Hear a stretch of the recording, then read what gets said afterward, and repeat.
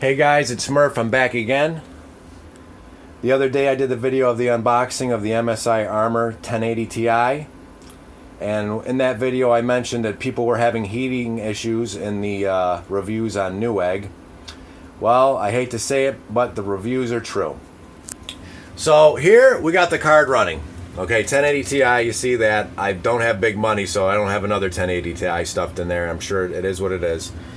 Everything's at stock settings. The card wants to idle in the 40s. Usually it's about 44. I can't seem to focus on that. There you go. It's at 45 right now. So that's about where it idles. Now, just for reference, my last card was a Gigabyte G1 Gaming 1070, which I'm comparing apples and oranges, I understand, but that car idled in the 30s. With the same exact fan curve I'm running on this. And just for reference, we'll bring up my fan curve. Hold on a second, guys. I'm trying to do all this. Can be a pain in the butt. So here's my fan curve. Now, as you see, at 70 degrees, it hits 100% because I don't like my card going over 70 if I can stop it. Yes, it's loud, but I'd rather have a cool card that I can overclock. So with this fan curve, my G1 Gaming never went over 65 degrees, even after 5 hours straight of gaming, okay? So we're going to get out of that. We're going to load up Valley and run it and see what happens. Okay? Now, while Valley's running up, we're going to talk about the computer itself. I have a Corsair Carbide 100R, okay? I got two 140s in the front. They're slim 140s, so they can actually fit in there and still suck air. I can feel it sucking through the side vents, pushing air into the case. And then I have a liquid 120 millimeter cooler in the back, that's the only spot in the back anyway on this case, that's got a push-pull setup so it jets air right out the back. So I think it's about equal airflow, to be honest with you, because the drive cage is down here in the bottom. It kind of blocks the one fan on the bottom. Now, just for reference, guys, everybody was saying, oh, you must have bad airflow. Like half of Newegg is saying it runs hot, and then the other half of Newegg customers are saying, oh, you're out of your mind, there's nothing wrong with it, you have bad case airflow. Well, just so you guys know, I pulled off the side cover, and the card still ran hot. It was only down by 2 or 3 degrees. So what that tells me is my case has pretty good airflow because it only changed 3 degrees with the cover off anyway. All right? Now, another thing people are talking about in the comments and on Newegg is that these fans on this card are supposed to spin at 4,000 RPM. That's not true. I think about 2,400, 2,300 RPM is normal for this card. Now, I will say it's really quiet even at max RPM on this card. Why, I don't know, but it is quiet. But 4,000 is the reference card. Those blowers spin 4,000. That's very fast. These are 100 millimeter fans on this card. So fans that size usually don't spin really fast. So 2,500 is about normal anyway. So I don't think it's the fans. What I think it is, guys, is it's an anemic plate on here. Like, I'm missing the word here, but it's the metal shroud on the processor. You guys know what I mean. Or on the GPU. The heatsink. Sorry, I had a brain fart there. So the heatsink on this card is just anemic. I did a little research, and it looks like the same heatsink, and they recycled it from the 1070 and 1080 cards, which are 100-watt lower cards. They're not producing nearly as much heat. This card is way hotter. But what upsets me the most is, from all the numbers and all the reviews I've been watching, this card seems to perform worse than the reference card. How that's possible, I do not know. Okay, so I could tell by the timestamp in the video, I've been running this for 4 minutes. Okay? We're starting to peak out. We're at 77 degrees.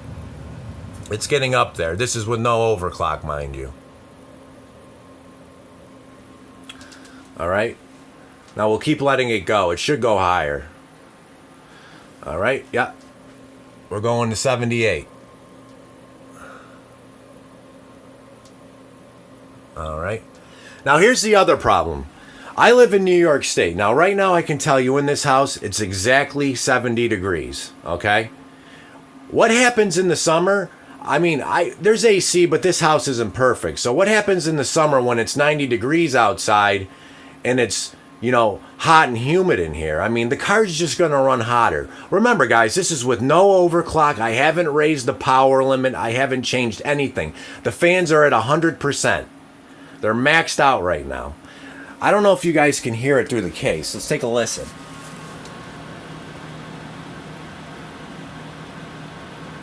You can hear the fans, but they're not very loud. Every other card I've had, it was a lot louder. So, again, guys, we're at 79, okay? I don't want this video to drag out forever, but this is just the only way to do it to prove to everybody, it is what it is. So, we'll let this go. I hate to waste time and bullshit. I mean, I basically said everything I had to say. And sorry, guys, I do these things raw on my phone. I can't just edit the footage and cut out the meat, so it is what it is. So hold on a second. All right, we're about to hit 80. Okay. So it doesn't really go a lot hotter than 80, I think. It goes like 81, 82. But now if you overclock the card, it goes right up to maximum. You can't even overclock it. Now, I hear people out there saying, it's a cheaper card for the 1080 Ti. It's $710. Okay, well, let me say something. $700 is 2 weeks of pay for me. After taxes, after insurance, after 401ks, and after all this. I know it's not a lot of money. I really even should be telling anybody how much I make. But I'm just trying to put it in perspective. This is 2 weeks. This is 80 hours of labor for me. This stupid card, okay? So, yeah, it upsets me when I spend $700 and the card doesn't perform very good. I expect for $700, even if it's the cheapest model in the whole lineup, that the card should perform okay. I mean, that's only fair, guys. It's just a little bit much. Okay, it's just hovering around 80. But still, guys, 80 degrees. My 1070 maxed out at 65, gaming for 5 hours.